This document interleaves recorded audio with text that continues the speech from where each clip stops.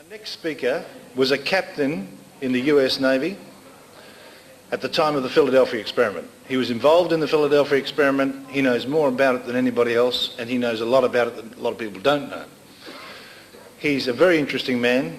We actually travelled around a little bit a few days ago together, and Al was telling me of some of his experiences over at my place.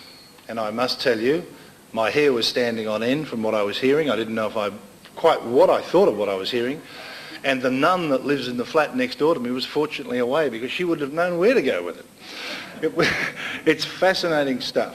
You will find it riveting, I'm sure. Would you please give a big Queensland welcome to Mr. Al Bielek.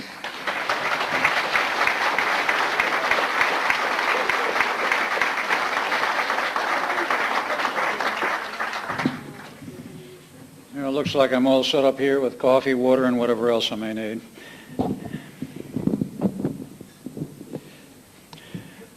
The Philadelphia experiment. How many people have heard of it in here in the audience? Well, that's amazing, because when I first started lecturing on this subject, which was back in 1989, an audience of about 200 people, I asked how many people had heard of the Philadelphia experiment, and about 3 people raised their hands. Now it's the other way around. The Philadelphia experiment required that name in the final phases of the testing, which was, of course, at the Philadelphia Navy Yard, but it didn't begin there. It actually has a long history. It goes back to 1931, and the original people involved were Dr. Nikola Tesla, Dr. Emil Kurtenauer, a staff physicist at the University of Chicago, and Dr. John Hutchinson, who was then dean of the engineering section of the university.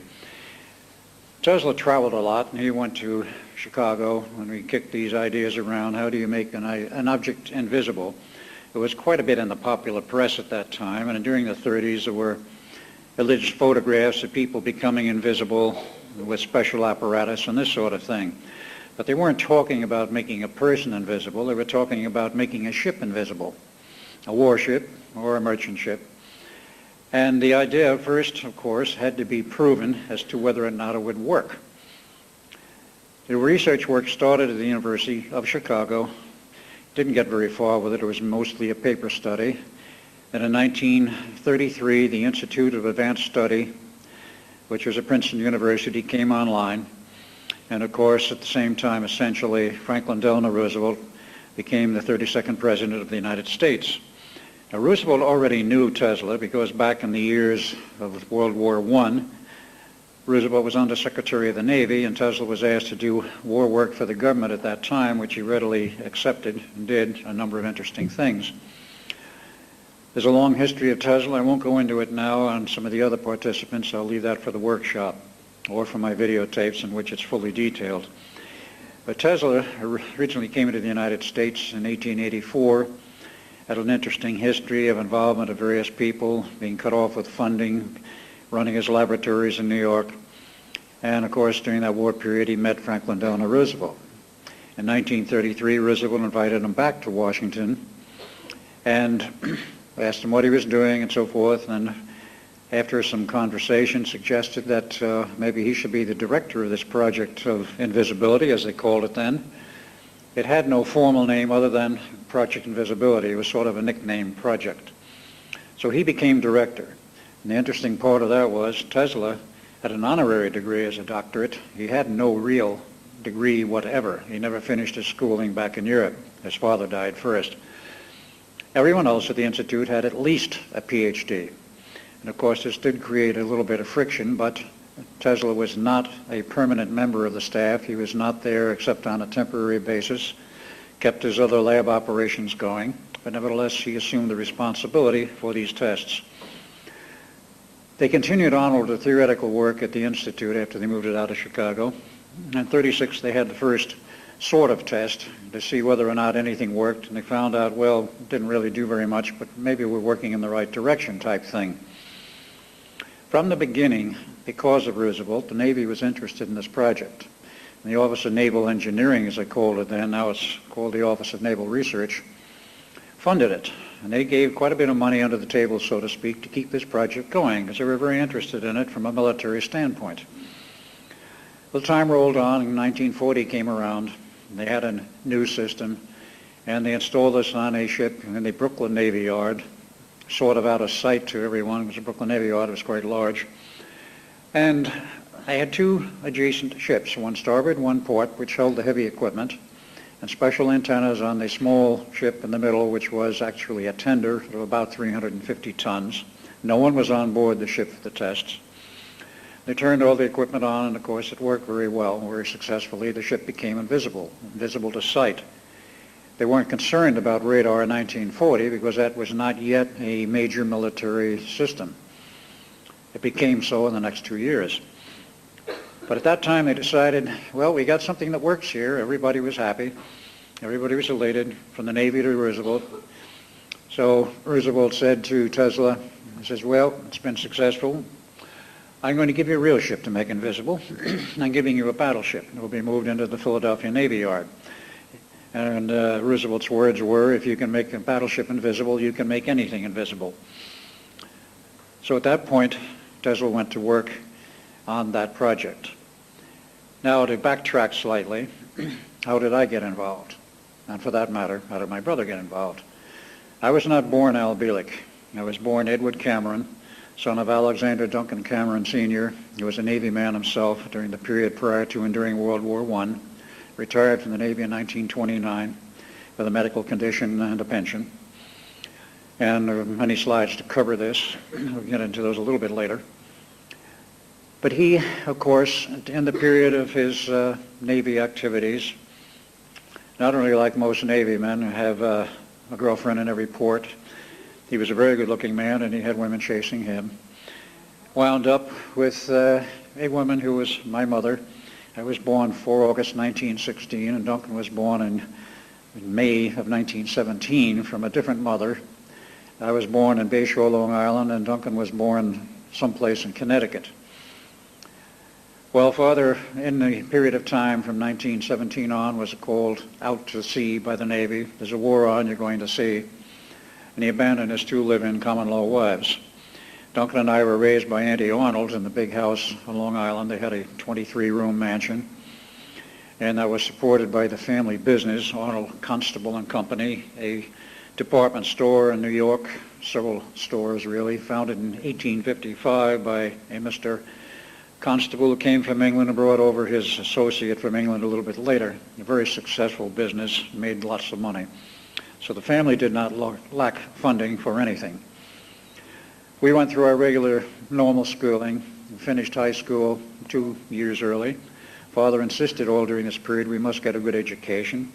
He did not get beyond high school himself. Loyola High, I believe, was in Brooklyn. But he wanted us to have a very good education. Of course, the money was available, and the family had stature, so I went to Princeton. Took a bachelor's degree, then a master's degree there. And of course, during that period, met Dr. John von Neumann, who figured very heavily in the experiment later on. And he insisted that if I were going to go on for a PhD, which I intended to do, that it would be better if I went to Harvard. He said it's a better school, more prestigious, et cetera, et cetera. So I went to Harvard. Took my PhD in the summer of 1939. And Duncan, in the meantime, decides to take off to Scotland. University of Edinburgh, Scotland. Why, I still do not know to this day. Probably he couldn't tell you either. But that's where he went. He took his degree work there. When we were both completed with it, Father, who was out of the Navy and retired from 1930 January onward, and used to build lots of racing ships, sail ships for the racing regattas on Long Island, picked me up and took me over to Scotland to meet Duncan, and then we went on to Germany to see my mother. The last time I saw her was 1939, living in the family castle in what was eastern Germany, is now part of Poland, and what was called Königsberg is now under a different name in Russia. Mother has long since returned to the U.S. She was a native of Europe, and how this all occurred, what the I do not know. But I met her there. That was the last time I've seen her.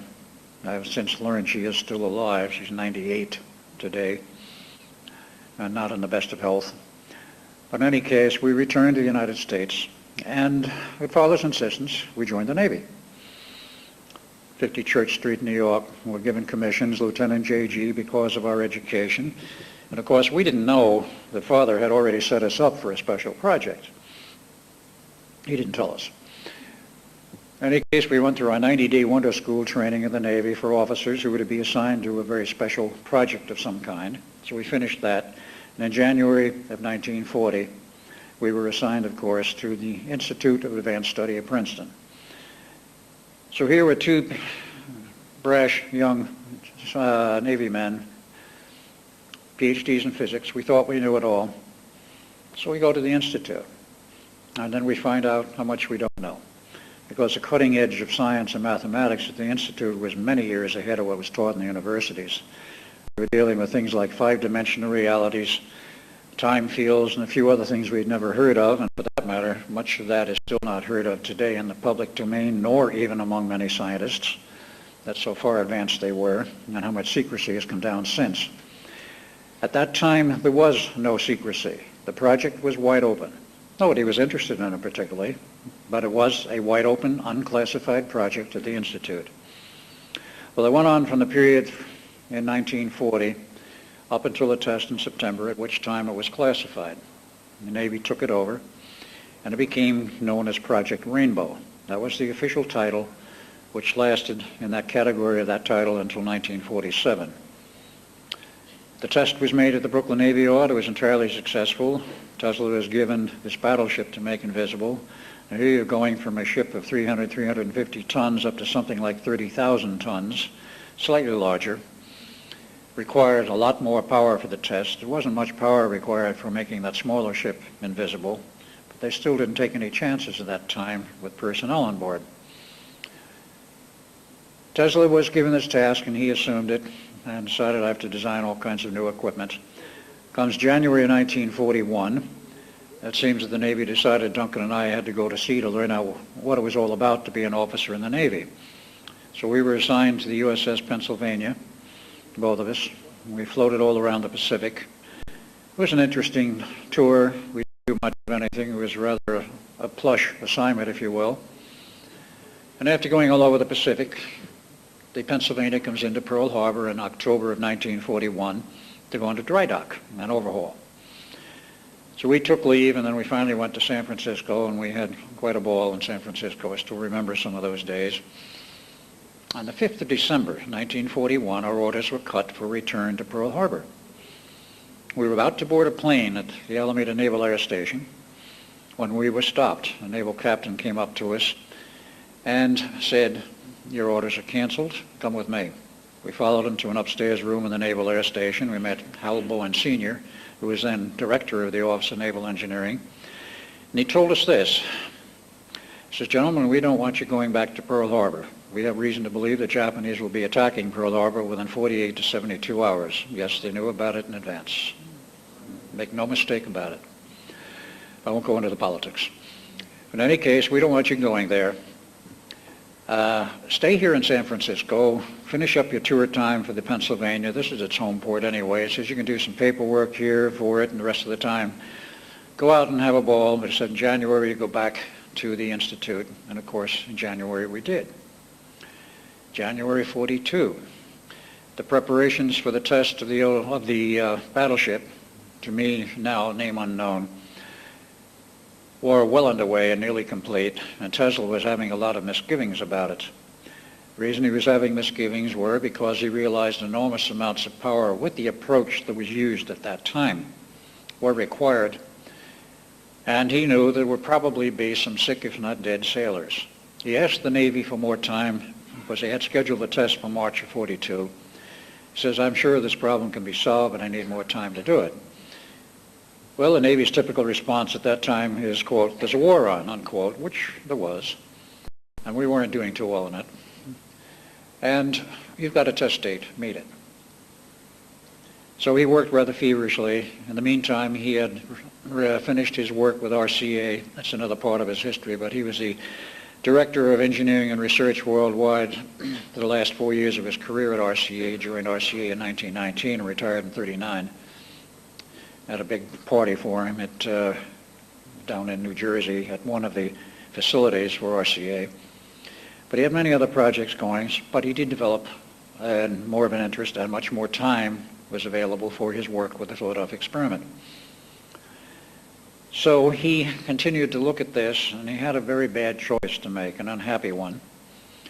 His decision was perhaps the thing which he thought was the best. He had a choice of either going ahead with the test and hoping everything would come out all right, or to play it safe, sabotage the test so no one would be hurt, and he chose the latter course. He sabotaged the test, nothing happened on the appointed day. Some equipment blew up, but nothing else, and nobody was hurt, no one was injured. And of course, he bowed out. For the first time in his career, he had to say the project was a failure. Well, of course, he made it that way himself. He had an absolutely perfect track record to that day of never failing on a project that he undertook. Says, I'm leaving, there's a very good man here who can take over, Dr. John von Neumann. Now, John von Neumann was one of the original 4 staff members who joined the Institute of Advanced Study in 1933. So von Neumann took over. Tells the Navy, I have to look at this to see what's wrong. It didn't take him long to find out what was wrong, but he decided to avail himself of the time to redesign the project, and redesign the equipment. He partially redesigned it, not totally. And of course, the time went on during that period, and he decided that during that summer he wanted a special ship. He didn't want to go ahead with the battleship tests. And he wanted a special ship designed from the ground up for these tests. So he went to the Newark shipbuilding yards, not far away, picked a number off a drawing board, which was then just in the process of having the keel laid, DE-173. DE is Destroyer Escort. They built lots of these during World War II and after World War II. And he says to those who were in charge of the shipbuilding and the design, he says, I want certain changes made. Of course, the Navy concurred with all of this. Don't finish gun turret number 2, there were 4.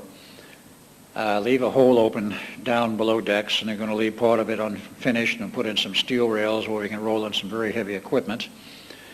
And otherwise, it'll look like a standard destroyer. And this is where the unfinished turret is. You can build a wooden turret to fill up that hole and make it look like it's complete. So they did all this work during the summer of '42. In September, the ship came down the ways and went immediately to the Philadelphia Navy Yard, where, of course, wanted to dry dock to outfit the very heavy equipment. Heavy equipment meaning an 8-megawatt diesel electric generator, because the ship's power was totally inadequate for handling these tests. They're using lots of power for this original approach. And, of course, 2 very large alternators, 75 kVA each, vertical shaft mounting, 2 gearboxes, a motor drive, and associated heavy electronics all had to go into the hold of the ship. They wanted it in the hold, unlike the battleship lashing it on deck. They weren't about to cut up the battleship to put this equipment in it. This equipment was to be built into the hold of the ship later known as the Eldridge. That took place between September and December of 1942. And then the ship, of course, was taken out of dry dock and put in the back section of the Philadelphia Navy Yard where the classified work went on. And then he outfitted it with the rest of the electronics. And Duncan and I became part of that team. We were involved with this thing very heavily, going back and forth from the Institute to the Philadelphia Navy Yard. And they continued to outfit the ship, make subsection tests. And this went on into '43. Actually, January, they started putting the rest of the equipment in. And we were there. And we reminded Dr. John von Neumann of what Tesla had said. He didn't want to hear about it at first. He had something of a disdain for Tesla because he, quote, didn't have a degree, unquote. Eventually he got over it. Everybody knew Tesla had an impeccable track record, and his theoretical concepts of what he was doing were perhaps well beyond some of the mathematics of the day. But he eventually agreed there might be a problem. Duncan and I both insisted on it.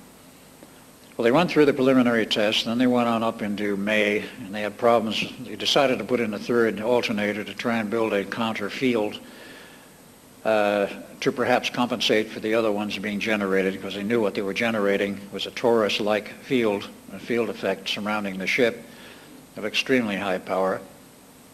3rd generator didn't work. It managed to zap one of the sailors working with us as a technician, and he wound up in the hospital in a coma for 4 months. He finally came out of it and was discharged. So we went on with this, and eventually all the equipment was installed. They did a shakedown cruise of the Eldridge, which it passed very nicely. And then on July 22nd, they decided to have the first test. There was also, I should add, a test crew.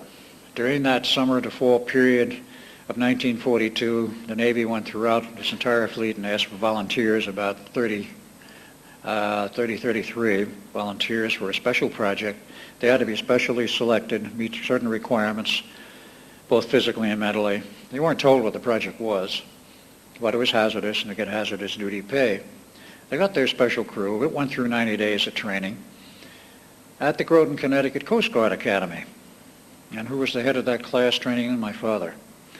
He was out of the Navy, but he enlisted his services, not formally, but he enlisted his services in the Coast Guard during the war, over 3,000 hours volunteer. He still believed in the country, wanted to do something. They graduated, they were assigned to the Philadelphia Navy Yard, and of course when the time came for the test crew, it consisted of 15 enlisted men and 10 officers. Among those 10 was Duncan and I, who ran the equipment on board the Eldridge. We had no computers in those days, so everything had to be run manually. And of course there was a certain sequence that had to be run. And we knew what it was, and when came the test for 22 July 43 by radio link from the command ship, which was a carrier, and the man in the Navy in charge of these tests was a Captain Harrison. The Navy was quite proud of him. He was the first full-blooded Indian ever to make line officer rank. And he gave the instructions. Everything was turned on in sequence. We turned all the equipment on. We didn't see anything from inside the hold of the ship, but from the carrier, they saw the ship go invisible. Couldn't see it. And for that matter, couldn't see it on radar, which was what they really were concerned about then, because by 43, we had very excellent radar, and so did the Germans. The basic name of this game was to try and make a ship or a whole fleet of ships invisible so the German radar couldn't pick it up, because they were sinking half of our shipping coming across the Atlantic to England. A rather high toll rate. Well, the hardware worked, but the human element failed. In that first test, there were quite a few nauseous sailors. After 20 minutes, the equipment was ordered to be shut down. I radio, and of course the ship was ordered back into the back section of the Philadelphia Navy Yard. It was then they found out that the sailors stationed on deck to view what was going on and to see what they could see, and just to be observers on the deck, were very sick, very nauseous. The amount of power required to produce the effect at that time with the approach that was being used was enormous. We were talking megawatts of power. Peak pulse power of the 4 transmitters, about 8 megawatts, plus 275 kVA alternators cranking out thousands of amps into the 4 coils on the deck, which were tapered. They were conical coils. They stood about this high off the deck. They were narrow at the top, and they tapered on down. Tesla liked tapered coils. It was one of the things which he had done for years, and that's a matter of engineering. And of course these were single-turn copper tubing about 1 3/4 inches in diameter, and they were liquid cooled because they got hot. 4 of them independently fed, and they were phased in a manner to produce a rotating magnetic field. And inside of it was a special quadrophase antenna designed by T. Townsend Brown, another one of the contributors, which was fed by 4 RF transmitters plus all of the preceding electronics, which provided a pulsed form of power, 10% duty cycle. And the antennas were driven in such manner with the electronics that they produced a rotating field, both fields counterclockwise. I'll get into more of the details on that in the workshop. But that was the basic field structure, but the power required was enormous because of the approach. And unfortunately, the human mind, the human brain, and the nervous system can't take that kind of power level very long. There was, in a sense, virgin territory. We had no prior history as to what the human nervous system could or could not take. And this is one of the things they found out in the process of those tests, multiple tests, that the human nervous system can take just so much and it collapses or burns out if the power is high enough. Many of the sailors, all the sailors on the deck essentially were nauseous, but there were others below deck who were unhurt, unharmed, and of course Duncan and I were behind a steel bulkhead, so we didn't feel anything. At that point, Van Neumann knew he had to do something to redesign the system, and he went to the Navy and asked for more time. Navy told him nothing at first. They demurred, they didn't give any answer. And about the 1st of August, they came back to him and says, all right, you have until the 12th of August, 1943, to complete these tests or forget it. Now, that's what we call a drop-dead test date. Do it by then or don't do it at all. Somebody knew von Neumann's mentality and knew very well that he would take until the last possible minute all the time he could. We worked around the clock. They said, well, there's one other change you can make. We don't really want optical invisibility. We only want radar invisibility. That was a minor change. Didn't really cut the power down. But that's what they decided they wanted. And of course came the 12th of August, and I might add, by the 9th of August, many of us in the crew knew something was very wrong, just that gut feeling. I might add that if you're exposed to that level of power for very long, if it doesn't fry your nervous system first, you wind up being very sensitive and rather psychic. That's one of the ways you can induce a psychic sensitivity. High levels of RF and magnetic power at the appropriate frequencies. Not a good way to do it, but it works. We were all sensitive to the fact that something was drastically wrong, but none of us knew what. In the slides I'll get into that a little more. But came the 12th of August, we were to proceed with the tests. By that time they had 3 observer ships, a different carrier, but Captain Harrison was still in charge, Van Neumann was on deck. They had a Coast Guard cutter, and they also had a commercial merchant ship by the name of the SS Furioseth. And there was a man on board, Carl Allen. He was not a seaman, as others writing something of the history of this back in 1979, or attempted to write the history, Burlett's Moore, did not know all of the facts. Carl Allen was a naval officer. He was also a physicist, and he was stationed on the Furioseth as an observer. Later on, he wound up in Los Alamos as part of the bomb project, and he is, I might add, dead today. They had these observers, they scouted them around, and of course we were finally given our orders to turn on the equipment. So we did. For the first 70 seconds, to those observers who were stationed on the carrier deck, everything seemed to go the way it was desired to go. Namely, the ship was radar invisible. They couldn't find it through radar, but you could still see it vaguely through a greenish haze. Now, I might add, in both tests, it produced an area of invisibility in the water considerably larger than the hull of the ship. So if you couldn't see the ship, you could look for the water line in the invisible part of the bay. It was deep enough there that they couldn't even find where the bottom of this thing went, the so-called invisible section of the water. But in that second test, after 70 seconds, there was a blue flash of light, and the ship disappeared, the water line disappeared, and it was gone. Totally. They knew it was gone because there was no water line. They could not raise anyone on the radio. So they were all tearing their hair out and biting their fingernails or whatever else they do under those circumstances. And approximately 4 hours later, the ship returned to the same point from which it had disappeared. So they then look at on the deck through the binoculars, and they try and raise anyone on the radio. They got no response via radio.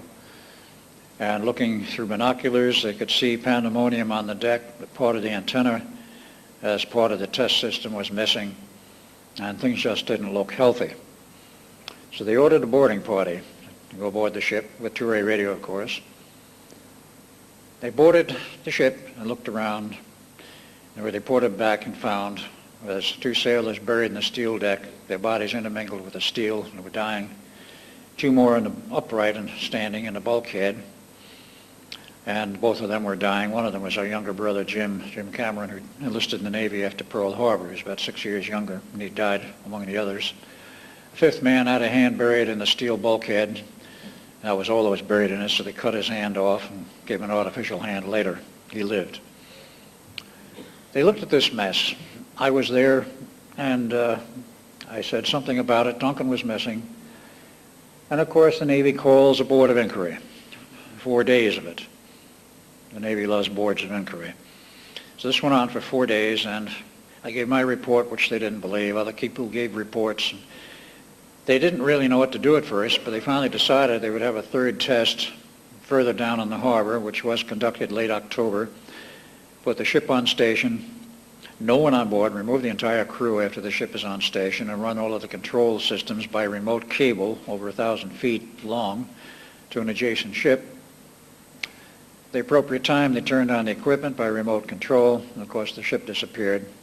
Came back later with smoking equipment in their holds, and some of it was missing. When they boarded the ship, they scrapped the project and said, that's enough. We'll send the Eldridge out to sea. Of course, they had to rebuild it first and finish the unfinished sections, which they did. It saw war service from 1944 through 1946. The Eldridge then went into mothballs and was there until 1951 when the Greeks were given the Eldridge and another ship as part of a ceremony where Truman turned over some of our surplus ships to the Greek Navy. It remained with the Greeks up until 2 years ago. I had a bit of a problem tracking this down, but it seems like the Greeks kept it as a training ship. They didn't take good care of it. And quite literally, it was rotting. 2 years ago, the Navy approaches, our Navy approaches the Greek Navy, and the Greek government says, we want the Eldridge back. We didn't give it to you, it's ours. They didn't ask for it back, they demanded it, and they got it back. The Greek Playboy magazine, believe it or not, published the pictures and the story of the Eldridge in the issue of 1 year ago, last October, which I have, and the photos show the Eldridge in rather sad shape. They towed it across the Atlantic. It couldn't even go under its own power, from what I was told. Wound up at Norfolk, Virginia, being rebuilt. Don't ask me why they wanted to rebuild it, but that's what they're doing. The word I have is they're putting a new hull under it because the hull was rotten. The superstructure wasn't too bad. Whether they want it for a museum piece or for other purposes, I do not know. I wanted to get into Norfolk before I left Atlanta, but I was not able to do it. I might at a later date see if I can find the ship. It does not show from aerial photographs, having flown over it, a commercial airliner. I have a lot of pictures of Norfolk. But that basically was the history of the Eldridge. Now, what happened so far as Duncan and I were concerned in the interior of the ship in the control room? Well, we turned the equipment on, as per instructions. Everything seemed to be all right for about 30 seconds. And then we started to notice some very peculiar effects. The field coils of those two generators was 5 fields per generator, alternator really. So there was 10 field coils to be driven by banks of electronics, 300 6L6 tubes per field coil. We had 3,000 of those things in various parts of that compartment and elsewhere in the ship. Believe me, they generate a lot of heat, quite a bit of light. But what was peculiar was the light output from those tubes, because they were glass, varied. Normally they're quite stable. They started getting brighter and then getting dimmer. What's going on here? Something's wrong. Next thing that happens is we get high voltage arc over, or what we assumed was high voltage arc over, internally in the control room. And there was no high voltage equipment there. The arcs were jumping across the room. In retrospect, I can say it was not high voltage electricity. It was an etheric type discharge. We didn't know what it was at the time, but we did know something was wrong. We could raise no one on the radio, so it was up to us to do whatever we thought best. We went for the main AC power control systems to shut all the power off, and those cotton pickers are frozen solid. We couldn't move the handles. We couldn't do anything with it. Conditions were getting worse in the interior. We decided it was time to get out of there, so we opened the bulkhead door, go out on the deck of the ship, and we both get the bright idea at the same time, something wrong here, let's jump overboard and swim ashore. We were both good swimmers, but I might add, at that time, we could not see anything, whatever, beyond the railing of the ship. Everything on the ship, not up to the railing and slightly beyond, appeared normal. Beyond the railing of the ship any distance was solid gray, couldn't see a thing. Nevertheless, we jumped overboard. We didn't hit the water. We kept falling and falling and falling like you're going down an elevator shaft with no bottom. Eventually this stopped, and we wound up standing on dry ground at night. We didn't know where we were. A chain link fence to our background, which we recognized as a military fence. And suddenly, out of nowhere, comes a blinding searchlight beaming down on us from up above. Well, it was mounted on a helicopter, but we didn't know what a helicopter was because in 1943, Sikorsky and others were still playing with helicopters to make them a viable product. Nevertheless, we were quickly picked out by MPs. We did recognize what they were. And we were grabbed and we were taken to a building. We went in the building door to an elevator, down several levels with the elevator. Door opens. We see a lot of military personnel, some civilian personnel, lots of strange electronics, and an elderly gentleman with gray and white hair approaching us, most of it missing. He walks up to us and says, "Gentlemen, I've been expecting you. I'm Dr. John von Neumann." We look at him and we say, "You're who?" He said, "I'm Dr. John von Neumann." Couldn't be. We left him an hour or so ago. He's a much younger man. Well, this very strong brogue, which comes out of Europe, he says, "Gentlemen, I am the same Dr. von Neumann you knew in 1943, 1983, in Montauk, Long Island." We didn't believe him. We thought he was a little bit daft, but he wasn't, as we found out subsequently.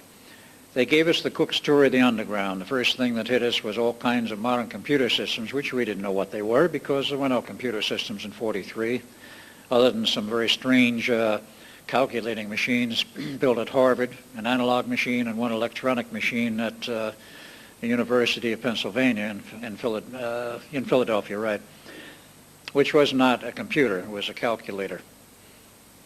So we look at all this modern equipment, tape drives, hard disk drives, display systems, large screen display systems. And they gave us the Cook's tour. We saw a lot of things we didn't know what it was. Finally, they sat us down in front of large screen color TV. Now, 1943, what did we have for TV? Small 10-inch square tubes, black and white. There was no color in those days. It was still highly experimental, being played with in the laboratories, and they really didn't get anywhere with it until after the war. There it is, and we see it, and we sit down and we watch. Rather upset by this point and rather confused, both of us, Duncan and myself. So we start watching TV, and we sit there and, like anyone does, start watching TV. The thing that got to us after the discussions about man on the moon, the Cold War, and views of modern cities and modern freeway systems, none of which existed in 43, what really got us was the commercials. On your next trip, on a vacation trip to Hawaii, why not fly with us on our 747 jet? Of course, advertising for a particular airline, such as American Air. And they show a picture of a 747 jet in flight. Look at this thing and says, "What the hell is this? Maybe the old man is right." Well, we went back to him. We finally were convinced that it was von Neumann, number one, and number two, we weren't in our normal time frame. We actually did go above base during the day. We found out that we arrived at 2 a.m. approximately that morning of 12 August 1983 at Montauk. We were there about 12 hours. Of course, during the daylight hours, we went above base. He gave us a small tour, but we were never allowed off base, nor out of their sight. Finally, Dr. von Neumann says to us, he says, "Well, gentlemen, we have a real problem." Okay, what is it? He says, "These two experiments, we were running one here at Montauk, Long Island." He says, "We can control space and time." He says, "This experiment and these things we're doing here locked up with the Eldridge. And the Eldridge was yanked out of its harbor into hyperspace. It's currently in hyperspace. We don't know how you got here when you jumped overboard, but you're here.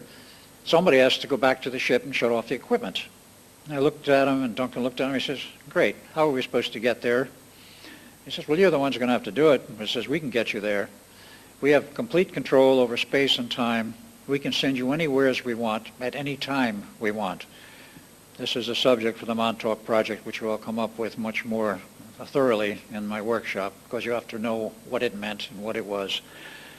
But briefly, it was operating from 1976 to 83, and it had solved all the problems of transport of an object or a person through space and time to any point they wanted, either in our solar system or outside. And with some very, very sophisticated electronics, which involved aliens, part of the government agreement in 1954, in which they were there with government approval. That I'll get into more later on Tuesday. In any case, he said, "We'll send you back," and they did, to the decks of the Eldridge with instructions. Shut that equipment off any way you have to. Smash it if you have to. We did. Put on gloves, found axes, and started chopping up electronic equipment, cables, and everything with instructions, certain pieces of equipment we do not destroy. When we had chopped up enough of it and cut the cable feeds and the drives to the field coils of the two major alternators, they started to wind down. And at the point where they started to wind down, we knew essentially it was over. So we put down our gear, went out on deck. At that point, we saw two sailors buried in the steel deck. They were not buried at the time we jumped off the ship, but when we came back to the ship, they were. And of course, among that, we saw younger brother Jim buried in the bulkhead. It happened his head and shoulders were not in the steel, and he was still able to articulate a bit, and he was crying. I went over to try and comfort him. Duncan takes one look at this mess, heads towards the rail, looks at me like, well, aren't you coming along? He jumped overboard before the fields collapsed and wound up back in Montauk in the future, as the saying goes, sometime between 82 and 83. We don't know the exact date. And he was there for quite a period of time until he had a problem. I remained with the ship. I gave my report to the Navy. They didn't believe it. Dr. von Neumann didn't know whether to believe it or not, because this is von Neumann 43. The story gets a little confusing, perhaps, but that was what happened. I had made the round-trip circuit like Duncan from 43 to 83 and back to 43. He didn't know whether to believe me or not. He took me aside and says, all right. He says, I'm going to build a time machine. I said, the technology for that is very little different than what we're doing here for this project. What they were doing, of course, was creating an artificial time zone with a very heavy electronics and a field around the ship that looked more resembled a donut than anything else. It was a torus-type field in which we created a local time zone. And that local time zone was slightly different than the one on the outside, which was the normal one we always live in. The theory said, and they proved it, that if you rotate the time fields slightly, phase shift it, you will achieve invisibility, because light waves or radar, which is essentially the same as light but a lower frequency, will pass right through the area. If it passes through it and there's no reflection, you don't see it. The basic idea of invisibility is that you get no reflection of any kind from the object that normally you're looking at. If there's no reflection, you can't see it.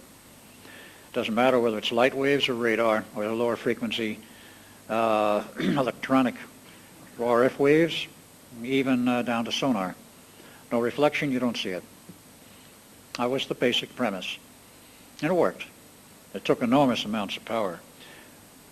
But he told me, he says, I will build a time machine, and you're going to go back to the future, and you're going to bring something back to prove to me that you were there and I was there.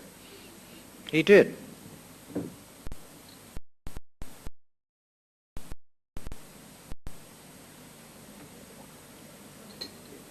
He built the machine in the lab, sent me back on several trips to 83. On the last trip, I remember what I brought back, and I don't know why that was adequate to satisfy him. There was a Life magazine, some specific issue, and he says, all right, I'm satisfied, I believe it. And he then discontinued that project, and he, of course, went on to the Los Alamos bomb project. He was there intermittently as a consultant, and he helped develop the atomic bomb. I was floating around in the Navy. Duncan was gone. Nobody knew where he went or what happened, but he wasn't there on the ship. Not at that point. I was still in the Navy, and I was there. I had a pregnant girlfriend, and I married her in October of 1943, and a son was born, Jeffrey Cameron, in 1944 in February. The Navy didn't know what to do with me, because here I was, I'd been witness to this thing, and I had a penchant for talking. And it had already, without my help, had gone through virtually the entire Navy, including the Pacific Fleet, about this terrible experiment in Philadelphia. Everybody knew about the Philadelphia experiment. The Navy was aghast. What are they going to do to cover it up? At that point, they couldn't. But they kept it very low-key and rather quiet, no publicity to it, other than what had inadvertently spread around in the usual scuttlebutt of the Navy. Along about June 44, von Neumann requested for me to come up to Los Alamos to help with the project, and the Navy was delighted, because the Los Alamos laboratories at that time was the most secret and reclusive facility that we had at that time. Hardly anybody knew about it. So I went up there in July of 44 with family. I remained there for 3 years. Von Neumann, of course, left. The bomb was developed and dropped. and other things happened. I incurred the wrath of certain other physicists there in arguments about whether or not certain follow-on devices after the atomic bomb should be developed, and I was against it, as was Dr. Oppenheimer against the development of the hydrogen bomb. But some other things were discovered I will go into in the workshop in the Black Vault, which I found, and when I started talking about them, I couldn't keep my mouth shut. It was decided with a meeting of 3 special people what to do about me. They decided I had to go. July 4th, and a picnic, because it was a holiday, picnic with the family. Familiar little Navy gray bus drives up, and 2 MPs get out and address me, "You're Captain Cameron?" "Yes." "You're under arrest." "Under arrest? What for?" "The charge is espionage. We have to take you in." That was the last I saw of the family, including son Jeffrey, or Jeff as I call him, who is still alive. And I was taken in, went to Washington, D.C. I expected a full court-martial. The charges were dropped. The Navy said, "We have a new assignment for you." "Okay, where is it?" "It's at Montauk, Long Island. There's a Navy base out there at the extreme eastern tip," which was a fact. The military built an Army base known as Fort Hero, and the Navy had underwater submarine pens operating in the same area since approximately the beginning of the century. The project was completed between 1900 and 1905, and it was operational. I did not connect the fact that that location at Montauk was the exact physical location at a later date of the Montauk project, as we called it, which involved the time-space manipulation and all the other related projects which went on there, starting about 1968. Anyway, I was ordered out there. I was there a short while and was ordered to stand in a particular traffic circle, surrounded by MPs, "Don't move," with withdrawn weapons, "You don't move." And suddenly I was not there. I was back at Montauk, the underground, in 1983. At that time, von Neumann, who was a consultant only, and essentially was a consultant at the time when we met him the first time, which was 12 August 83 in the morning hours, I was sent back to Montauk, and I was told by him, a rather tearful von Neumann, he says, "I don't like what they're going to do to you, but they want to get rid of you. They're going to strip you of your memory and your personality, put you in one of our neat little machines here for age regression, run you back physically to the age of a baby, perhaps 1 year, perhaps less, and because of what we have here, they'll ship you back into the past and plug you into another family and hope that you never remember anything of this." Well, I didn't. I did not remember my connections with the Philadelphia experiment until January of 1988. I do remember back to the time of a Christmas party as Al Bielek, not knowing at the time in December of 1927 my name or the family members there, but most of those I knew later. And most of what they were talking about I understood, which is a little unusual for a 1-year-old kid. And I grew up as Al Bielek. I knew nothing about my past. Went to high school, got out of high school, joined the Navy. I drafted, actually, in World War II, electronics 45 to 46. Got out and tried my own business. That failed, so I went to college. And I went to Newark College of Engineering for about 2 years, then eventually I moved to California and finished my education there, and then became a consulting electronic engineer from 1958 to 88. During this entire period, knowing nothing whatever of my past. I had a fascination for the Philadelphia experiment. It was sort of a compulsion to find out anything I could find out about it. I was part of Ivan Sanderson's team when he was alive, digging into this thing. We got nowheres. But eventually, January 1988, late one Saturday night, watching HBO television on a large wall projection system, 4 a.m. in the morning on Saturday night, I was about to retire, and they announced, well, the next feature of this evening will be the Philadelphia experiment. This, of course, was the commercial movie produced and released in 1984, which I did not see at the time when it went around. So I said, I've heard so much about this, I've got to stay up and see it. So I did, through the whole 9 yards of it, which with commercials ran about 3 hours. But the first 15 minutes hit me like a bombshell because they portrayed a scenario in that movie which is almost exactly the way things happened. Right down to the bar scene the night before.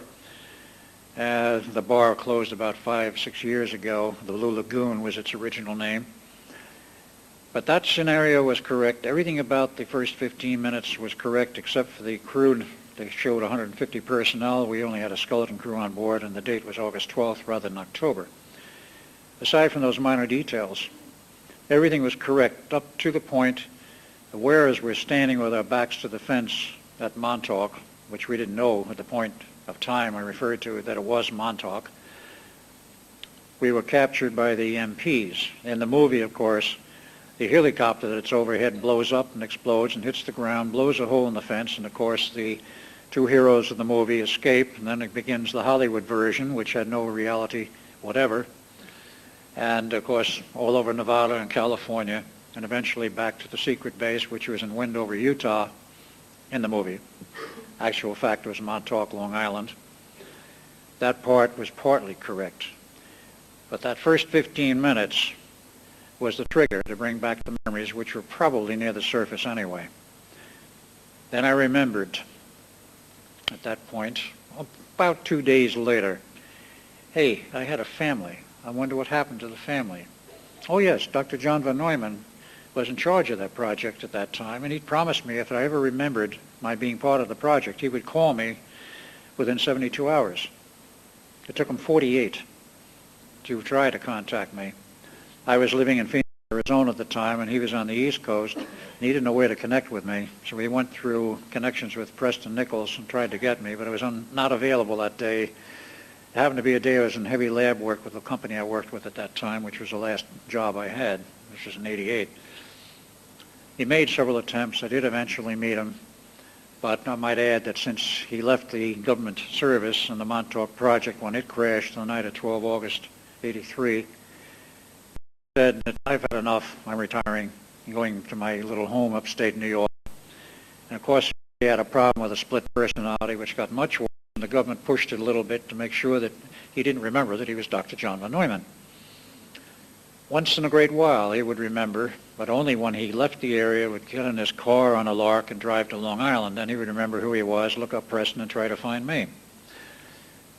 I've met him many times in his upstate New York home. And as one of the little anecdotes on this is rather curious, I knew by then who he was. And the first time I finally got together with him, it took several attempts. We talked for about 3 hours. And about halfway through this conversation, in which he was spieling off, literally like a phonograph record, his escapades in New York as a surplus electronics dealer. His name was Howard Decker, I'm sorry. And he knew all of the right companies and the names of streets because I had lived in New York and New Jersey, and I knew everything he told me was correct. Finally, in the middle of this, I asked him, Eric was his middle name, and I like to use the name Eric. So I said, Eric, what do you remember about the Philadelphia experiment? Never heard of it. Well, do you remember me? I said, yes, but I don't know where from. They couldn't erase that. Well, a lot has happened since then in the way of further research, but let me get into the slides here because there's a lot to show, and I don't know where we'll get cut off on time. I'm looking at the time now. 25 minutes. 25 minutes? Yep. Okay, that's enough to go through a good part of the slides. Let me fire it up, and we'll give you some more background of what it was all about. Okay. I don't know how many of you here are familiar with the East Coast of the United States, but this was a map of the Philadelphia Camden area, and the actual Navy Yard is over here in this section down here, and that was, of course, is the Delaware River, and the Navy Yard was there and much of the facilities, and in the next slide we have a little better view of it. This is more of a close-up. This, again, was the Navy Yard, and the facilities at that time were quite extensive. It's all shut down today. We had a seaplane base. That's closed. The main Navy Yard is there. It's still physically there. There are other depots which are no longer there or used, but of course the Philadelphia International Airport has been there to this day and of course is heavily used. When I was living in Atlanta, it was very convenient for me and my roommate to go up to business into Pennsylvania. We'd fly into the airport and then to rent a car. When you fly into the airport, they fly right over the Navy Yard. Got some wonderful pictures.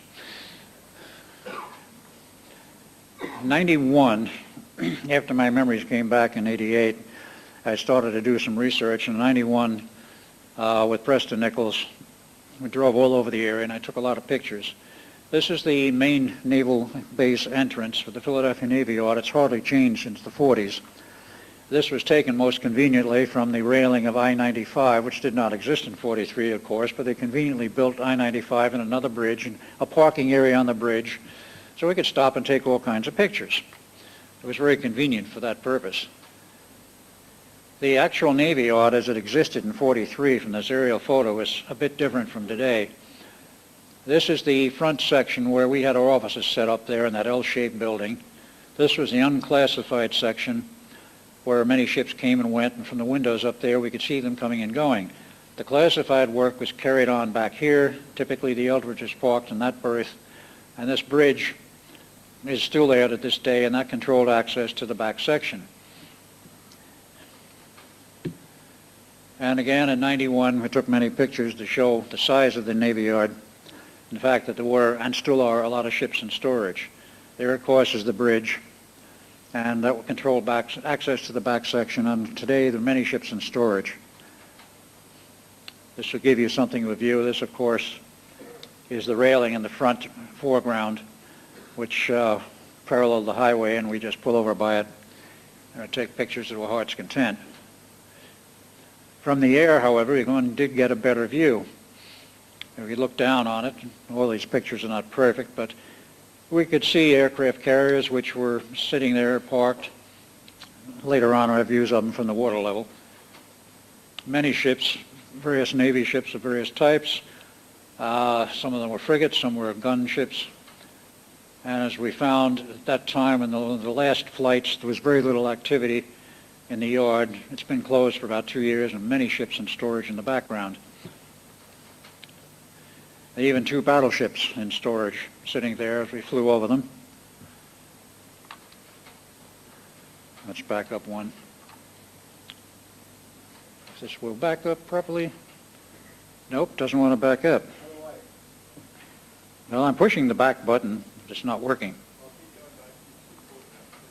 Yeah, it's forward.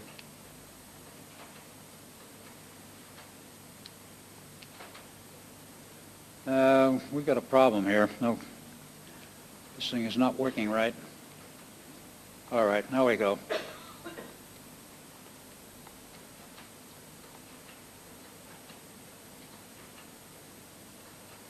Okay, hold there. That's good. Very little activity currently, none now. And as I started to say, the 1995, there was a convention I attended in Philadelphia in which one of the TV stations wanted to do an interview and a survey of the Navy Yard. Well, they couldn't get in by ground because it was sealed off, so we rented a launch and went by sea. We got some interesting photos.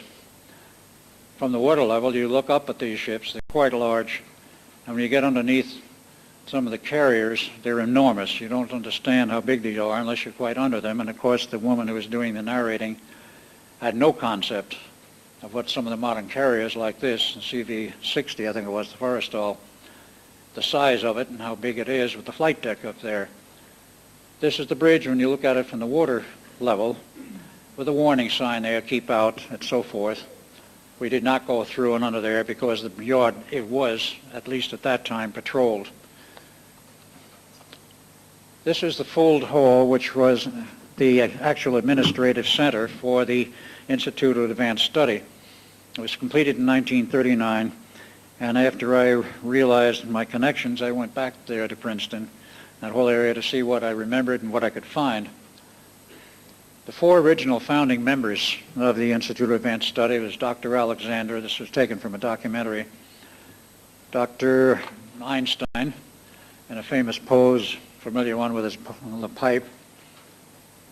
John von Neumann, that photo was taken in Europe before he left for the United States. Dr. Oswald Veblen, of whom I know very little. Those were the four original founders. There were many more after that, and many more projects.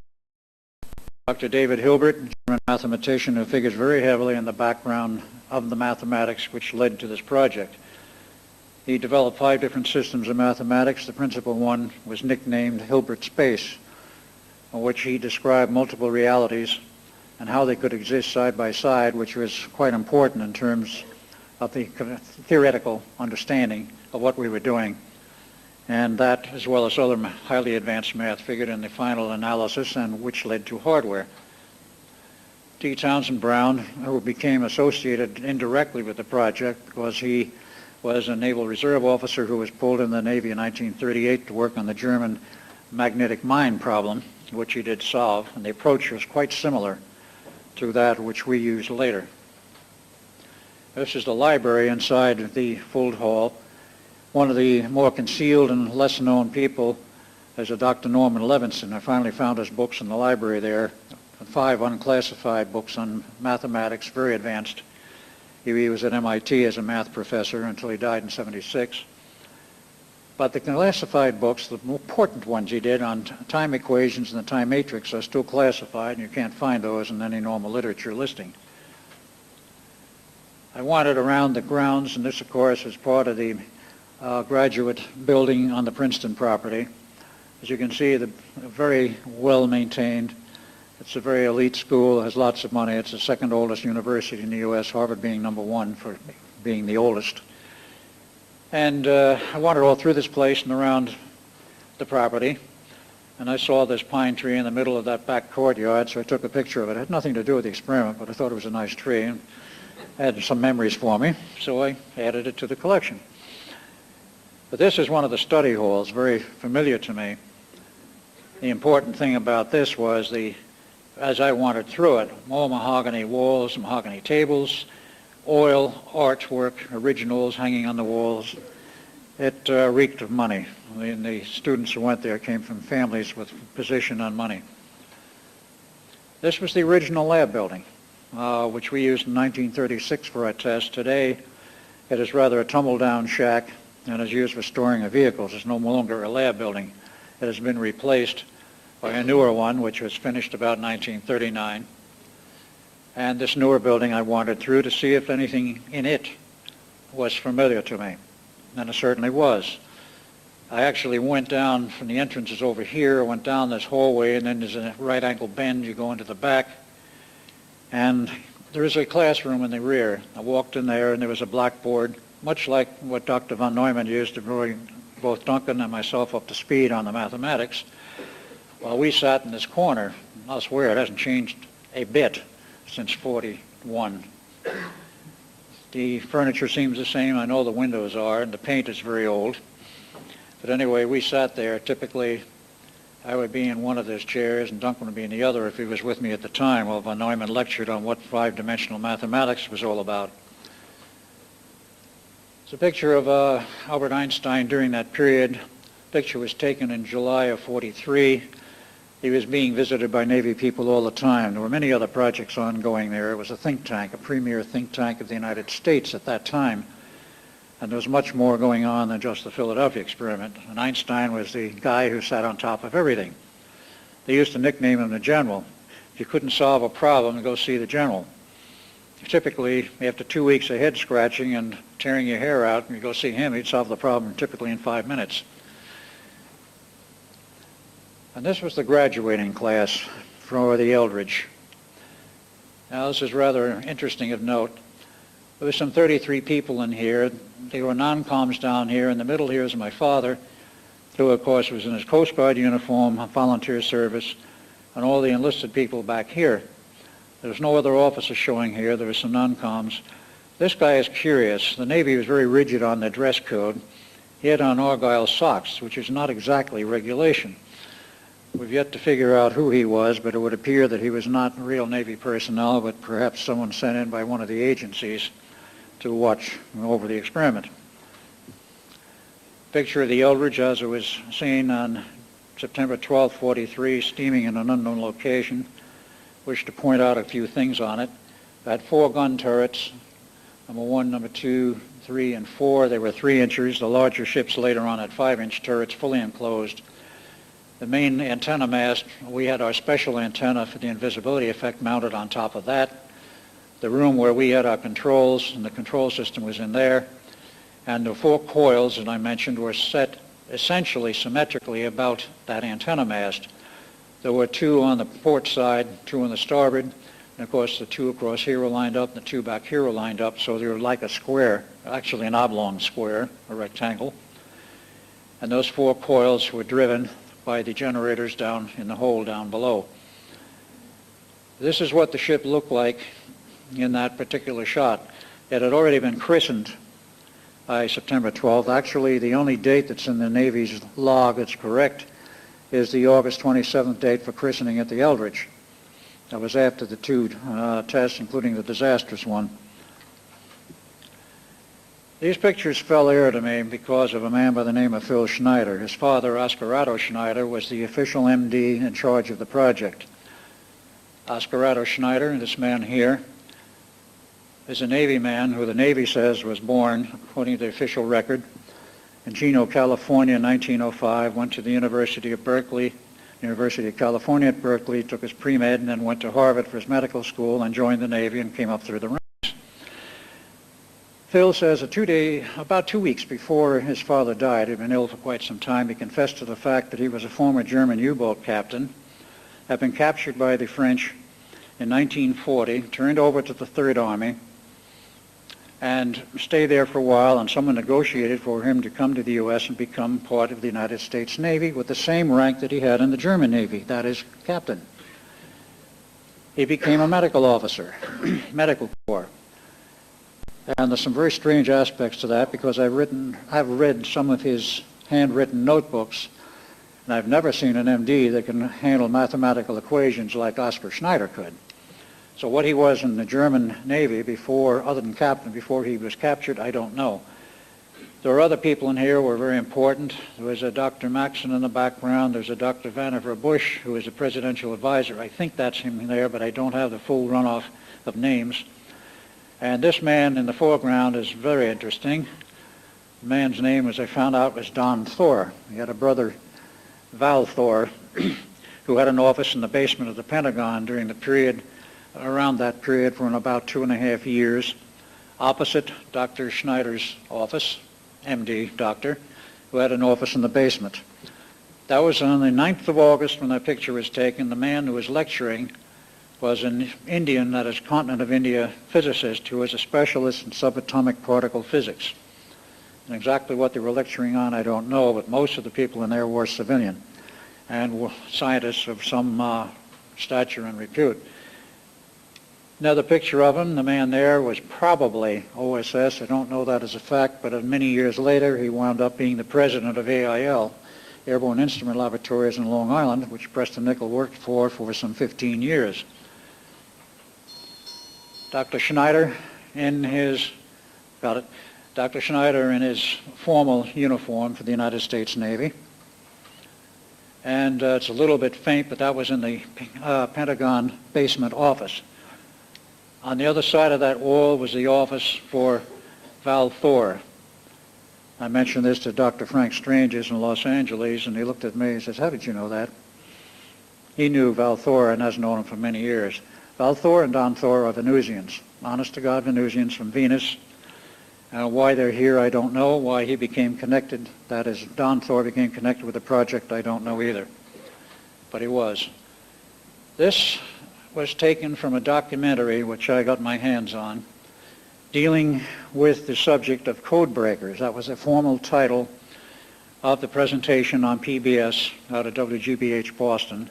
The last part of it, they showed the capture of a German submarine. That man there, and I'm going to have to send this through a special digital clarification, but that man there looks to me very much like Oscar Schneider. They gave no nomenclature as to the date that ship was captured or who was on it or the number of the ship either. What's important about Schneider's background and what I found was the correspondence he had with other people in the Navy. I think you can probably read this without my reiterating it, but if you look at the date up there, starting in 1944, he's dealing with the subjects of the Eldridge. He called it the Furnace, which was a mistake. DE-173, the problems with the personnel, the ship's log, and everything was classified above secret. And that was letter number 1. Letter number 2 deals further with the problems, and particularly the fact that they had some crew members escape. J. Edgar Hoover gets in on the act and classifies everything, and they want to send all of them down to Quantico, Virginia for psychological testing. Letter number 3, in further detail, where they get up to a level of 1A prime directive. They were really upset over what was going on with some of the sailors. Some had escaped. You can probably see the date up there as 1954. This letter was to Dr. E.U. Condon, who was one of those on board the Eldridge, that 9th August briefing. He's going into the whole problem which was still plaguing them, and then gets into some personal material down here about other projects he was concerned with related to Tesla. But the 4th and final letter is the most interesting. Notice who it's sent to and the clearance level. It was a rhyolite clearance level, which I had somebody on the radio a month or so ago deny there was any such clearance, but Phil Schneider had a rhyolite 38. Don't know what clearance level his father, Oscar, had, but he's dealing with people at still higher level. He deals with the subject of an autopsy of sailor number 9 and what he found in the body, particularly in the cerebellum. This strange little object, about 1.25 inches long, 1/4 inch in diameter, had a metal tip, and on that metal tip was some very strange writing, symbols which were not of this earth. And he asked, what is this thing of the superior? It was buried in his brain, the dead sailor's brain, and he found 3 more in the same body, 4 total. We had no such technology in 1943. That gave final proof to me of the rumors I had heard for years that while the ship was in hyperspace, aliens came on board and examined the sailors and wanted to know what their ship was doing where it was, and apparently implanted some of them for perhaps future tracking. I don't know why, and nobody seemed to know at that time why. But I found this letter, that device, and his request to higher authority, what is this thing and what does it mean? And the whole series of correspondence is absolute proof not only the experiment happened, but they had some very serious problems in hyperspace. I'll go into that further in the workshop, but time's running out. But I wanted you to see at least those letters and the fact that there is proof of what happens and the medical proof. Dr. Schneider got tired of the experiment with the workings in the aftermath after about 8 years, and he joined the Navy team to develop the atomic subs, the Nautilus, and this was the launching of the Nautilus in 1960. Dr. Schneider is there, the 4th from the left, and he stayed in the Navy until he finally retired. This was Dr. von Neumann at an earlier date when he was happy. He gave a lot of parties in Princeton. When he wasn't working very hard, he was playing very hard. And at his parties, he used to model women's hats. If something really strange came along, such as this one, he had to wear it. Of course, then eventually the project failed, and he went on to Los Alamos. And I was in Los Alamos at one of the picnics, and this picture was taken, it's actually in a textbook as well as a documentary. This is Dr. John von Neumann on the left, Dr. Stan Ulam on the right, and the young man in the middle we finally were able to identify, he does bear resemblance to what I looked like at the time, was a Dr. Feuermann, who was a physicist. The 3 of them were taken with that picture up at Los Alamos. Von Neumann, as he was seen in 1945, not a very happy man. Then he went on to develop the modern electronic computer, and that was Dr. Goldstein on the right and von Neumann on the left. The computer was finished in his working model in 52, and they built a complete system, was given to the Navy in 53. I might add, Project Rainbow was shut down in 47 formally, was reopened in 1949 under the name of Project Mirage. Asked von Neumann to see if he could find out what went wrong and could they salvage anything. He did find out what was wrong. He did salvage it, designed a whole new system, which was tested in 1953 on the carrier Midway. No personnel side effects. Everything went fine. Totally new approach, so far as I know. I was not part of it, so I don't know what they have done since. But this is a model of the first working computer, which is now in the Smithsonian. Very crude looking by today's standards. But he created the first true computer because in the magnetic storage elements down below, he had the idea of the stored program, and that's what makes the modern computer a computer. You can store all kinds of programs, you can plug into them, and tell the computer what programs you want to use as the calculations go on. Therefore, it is a true computer and not just a calculator. Neumann, as he got older, and he became quite ill, he actually was dying of cancer, as his picture shows. He was in Congress testifying in 1956 in a wheelchair. The public record says that he died of cancer in 1957. Of course, they had a huge funeral for him and all of that. But what happened was the government couldn't let him die any more than they could let me die till 2003 because of the problems of being part of the time loop. As I found out later, von Neumann did a lot of time traveling himself. And therefore he became part of the loop problem, as we call it. They cured him of the cancer, gave him a new name, Howard Decker, but he kept going on, working for the government, writing books under his own original name, and created quite a stir because formally and officially he was dead. But there were plenty of people who knew he was alive because he was still working for the government up till '83. This is his, what was left of his home upstate New York. It had a fire in 1984, and so he had to leave the house as a formal residence. This is some of the backyard appearance. He went to the trailer, which you see there, and that white car was one of my rental cars in one of my trips. And it's interesting because of certain sequences of events that happened. This is Preston Nichols. This was Decker kneeling down, and one of the people visiting him up there at the time to buy some of the surplus electronics he had. I want to point out a few features of Dr. von Neumann when he was younger. Very bushy eyebrows, fairly high forehead, but notice a somewhat protruding left ear, a heavy nose, a heavy mouth and chin, and those basic characteristics don't change as you age. In 1993, I think it was, in November, we took Howard Decker out to dinner, and I, with his permission, took pictures of him. Notice the heavy nose, the somewhat protruding ear, most of the hair is gone, but the sideburns are still there.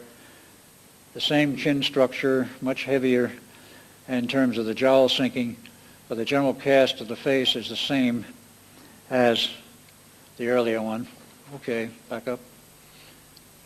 Notice again the nose and the chin and the mouth structure in the ear. We know that that is the same man, even though he's in hiding, and he runs under a false identity, which he is even not aware of most of the time. He wrote a lot of books. Now, I'm going to get caught off very shortly, but I went through the computer listing of all of his books. The first 5 in that list of no consequence in terms of the dates. He wrote 15 books altogether, or various compilations. The next section here, which I show separately on this page, if you can read the dates, you'll find books written up to 1972. That's rather strange for a man who died in 1957. And one compilation done in 1980. There was even more interesting material about von Neumann and his strange continuance of life. Preston Nichols, some years ago, bought in one of the surplus houses a computer called the Z100. It was built by, I think it was Raytheon. And he looked at it, he got the manual with it, schematics, looked at it, he says, gee, this is very interesting, but there's no name on here of the engineer who designed this. So he called up the company, got the history. He called them in 1990. He says, oh yes, it was 1980. This thing was designed. It was designed for the CIA. It was sold several years to the CIA. Then we put it through Heathkit Company. It was sold as a kit to various people, and of course it discontinued about 87. Well, who designed it? He says, well, the guy who talked on the phone says, I don't know, but let me check the records. Came back a couple of minutes later and told Preston, yes, we found out who designed it. It was Dr. John von Neumann.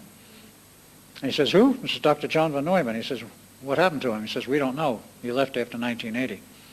He turned up at a party pulled by JPL in 1986 out at JPL facilities in California, in Pasadena, a special celebration party for one of the probes. I think it was the Mariner probe, because von Neumann had designed the atomic power supply for it and had passed the first phase of its testing and going through the solar system, was about to leave. And he was at that party, and a friend of mine, who I shall not name, was at that party. He was working at JPL at the time, and he says, von Neumann was there. And I says, you're sure it was him? And I says, yes. He says, I talked with him. He says, what was the state of his mind at that time? He says, it was pretty well shot.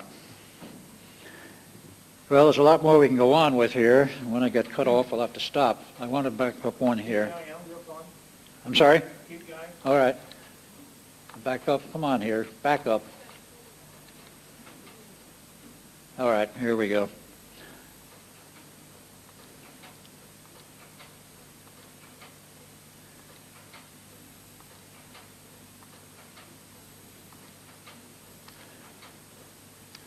In 1955, the Navy thought the whole project for the Philadelphia experiment had been thoroughly buried, but it seems like a paperback book entitled The Case for the UFO, written by a rather well-known astronomer, appeared in paperback form on Admiral Firth's in-basket.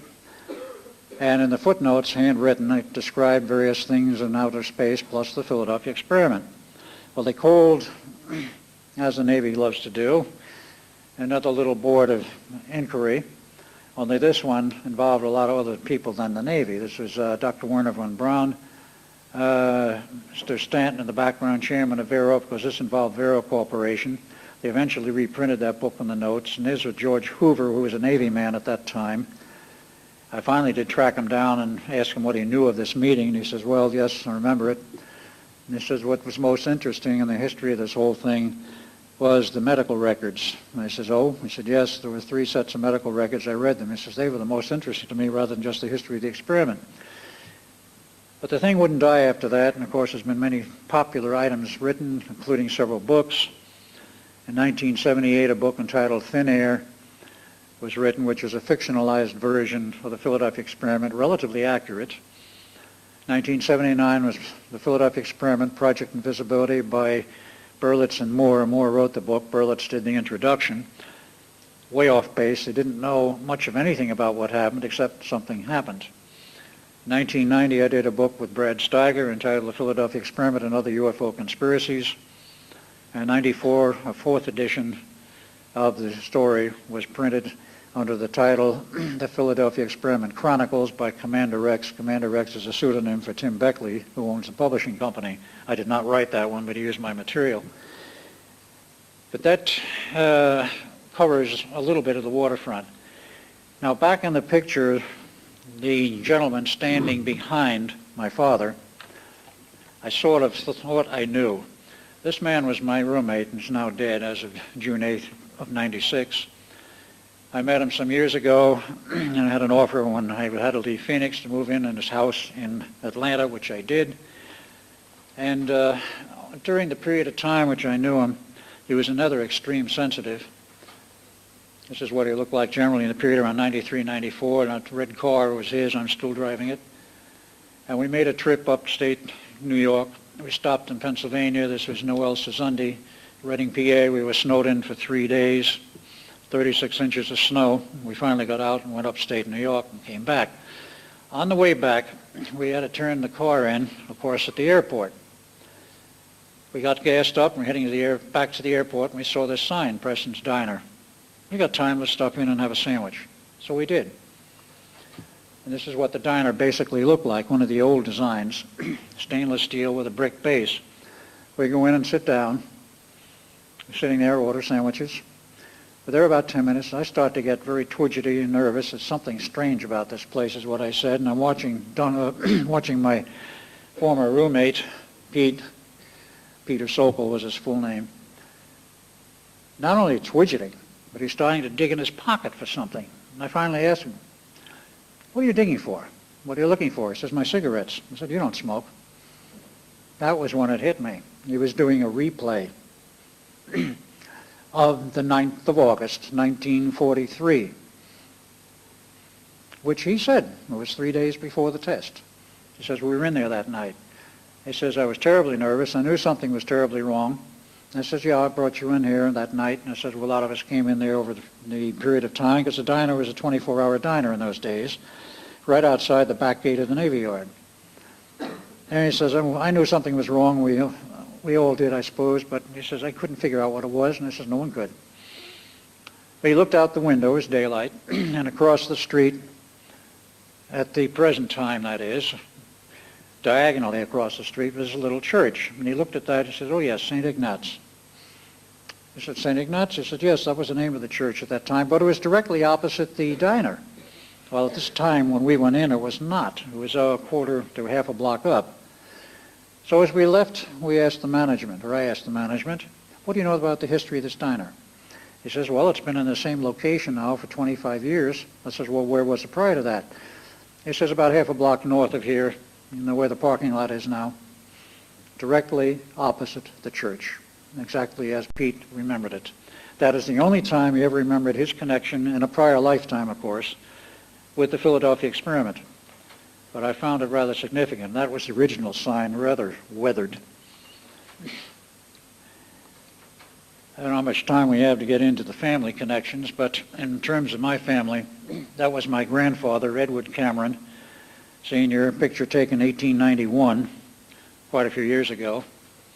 This was father, taken in 1901 when he was 10 years old. He was born in 1891 and passed on in 1981, according to the official record. So we found out since he lived another 5 years after he was officially dead. Created quite a problem for him. This was taken when he was in the Navy in 1917. As you can see, the senior down here was a bosun's mate first class. He was not an officer. It's the only picture we have of him in the Navy. We have none of the records. They've all disappeared. But the town historian had some of the records and knew that he left the Navy in 1929. Now, during that period, when the war was on, he disappeared and went to sea, and we thereafter only saw him typically once a year, usually around Christmas. And we used to have a Christmas party, and he took Duncan and I downtown Brooklyn to one of the department stores, and I remember it quite clearly. But this was, again, father when he was 50 years old in his Coast Guard uniform, still a strikingly good man. He had 6 wives.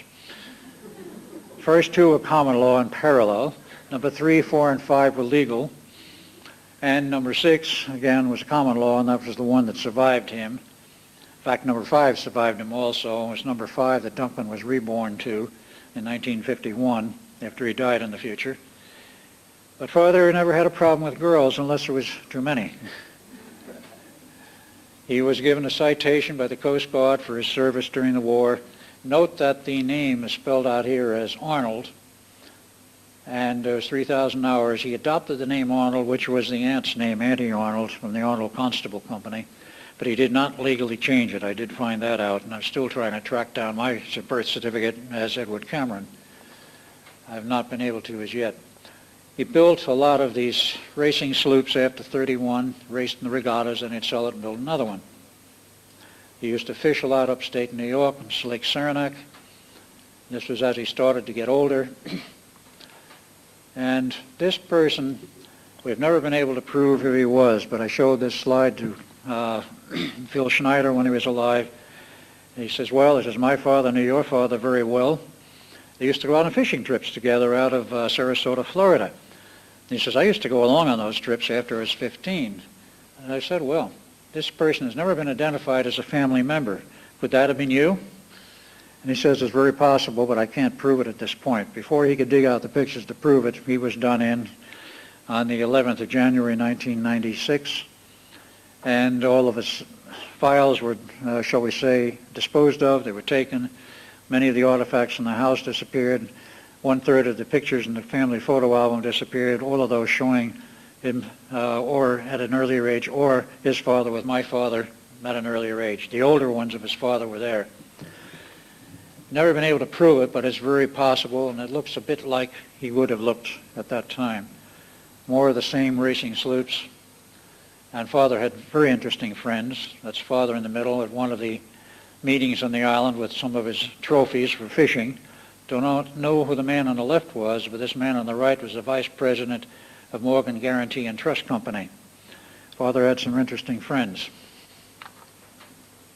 This is the family mansion, which is still standing. 23 rooms. There's an interesting history behind it. It was built in 1905, 1906. Family lived in it until 1940, when Auntie Arnold had a horsing accident. She was a horsewoman, fell off a horse, broke her leg, was nursed back to health by a nurse and a Jesuit priest. Well, she got religion. Suddenly gave her estate, including the house, away to the Catholic Church.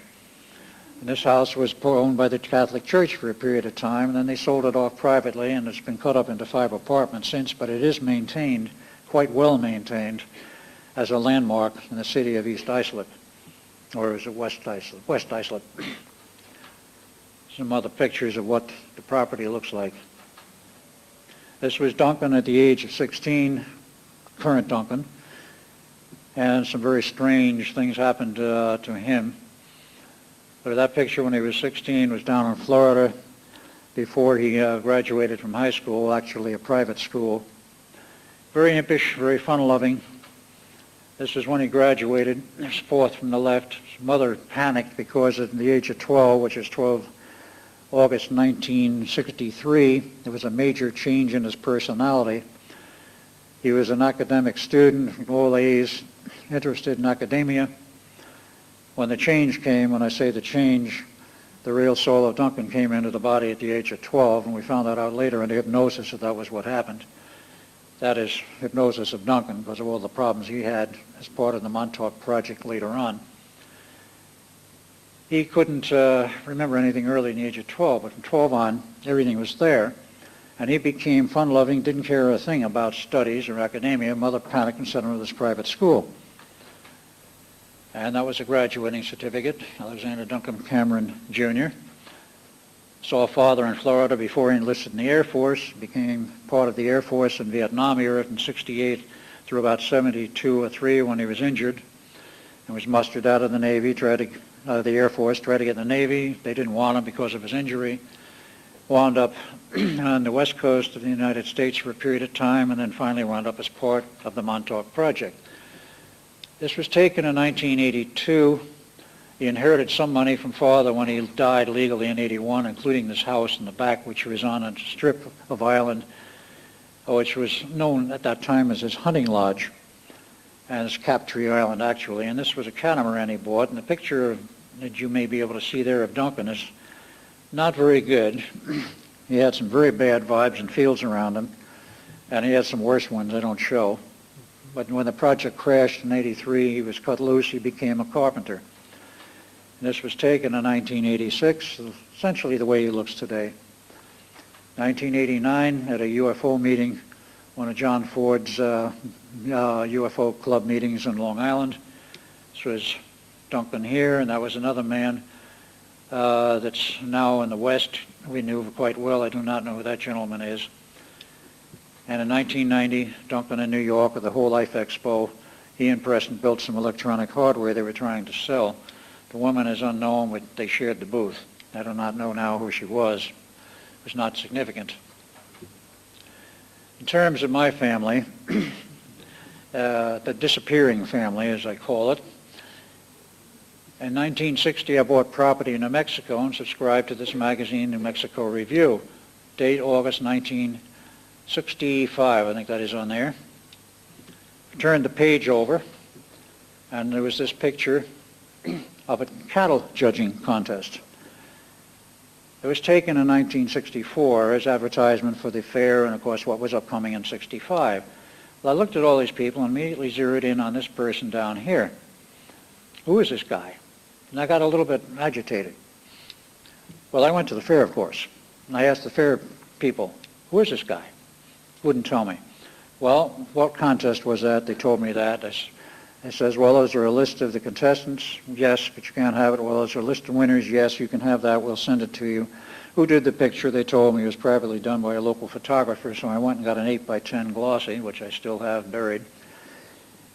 And since I got nowheres with them, I forgot all about it. Comes 1988, my memory returns. Then I remembered this picture buried someplace in one of my dresser drawers. I pulled it out. I said, I wonder, is that guy possibly my missing son? I showed this picture to many people, including psychics. They all zeroed in. I told them nothing except, is there anyone in this entire picture who might have some connection with me? They all zeroed in on this person.